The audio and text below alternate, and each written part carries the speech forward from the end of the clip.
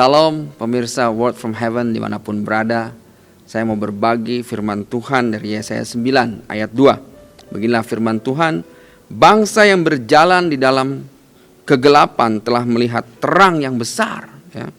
Mereka yang diam di negeri yang kekelaman, atasnya terang telah bersinar.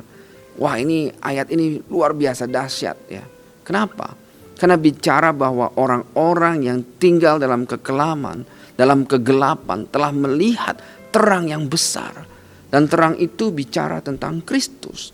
Bahwa Kristus adalah terang yang besar. Dia adalah Son of Righteousness, matahari kebenaran. Bahwa dia adalah terang besar yang dilihat oleh orang-orang yang tinggal dalam kegelapan. Waktu Yesus lahir, ya, ada 3 raja yang datang membawa emas, kemenyan, dan mur. Emas adalah simbol dari kingship, ya. Lalu kemenyan adalah simbol dari imamat. Lalu kemudian perbuatan masyhur Tuhan, itulah firman Tuhan yang kekal, disimbolkan dengan mur. Karena mur adalah bagaimana orang-orang di masa lalu mengawetkan mayat raja-raja.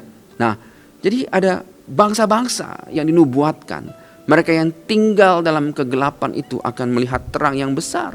Dan kita tahu bahwa terang yang besar itu adalah Kristus itu sendiri. Seperti juga ditulis di dalam Lukas 1 ayat 79. Ya, terang itu datang untuk apa? Untuk menyinari mereka yang diam dalam kegelapan dan di dalam naungan maut, untuk mengarahkan kaki kita kepada jalan damai sejahtera.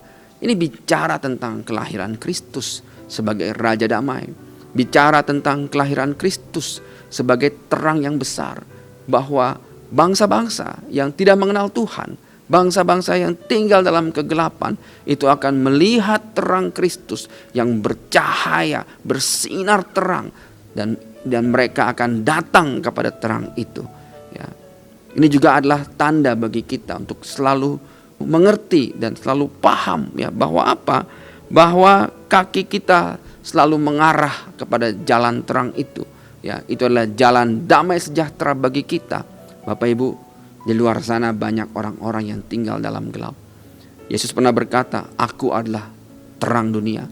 Kalau Yesus adalah terang, di luar Yesus adalah gelap. Ya, kita tidak punya alasan untuk membenci mereka yang tinggal dalam gelap. Untuk marah kepada mereka yang tidak mengenal Kristus. Untuk marah kepada mereka yang tidak menerima terang. Tugas kita adalah mengabarkan kepada mereka bahwa terang besar itu sudah ada. Terang besar itu telah datang menjadi manusia dan diam di antara kita. Bahwa terang besar itu adalah Kristus. Kita harus bisa memahami, ya, bahwa tugas kita membawa mereka dari kegelapan menuju terang Kristus itu sendiri. Dan cahaya terang Allah itu adalah Kristus itu sendiri. Karena Kristus adalah terang bagi dunia. Kelahirannya adalah tanda bagi seluruh manusia.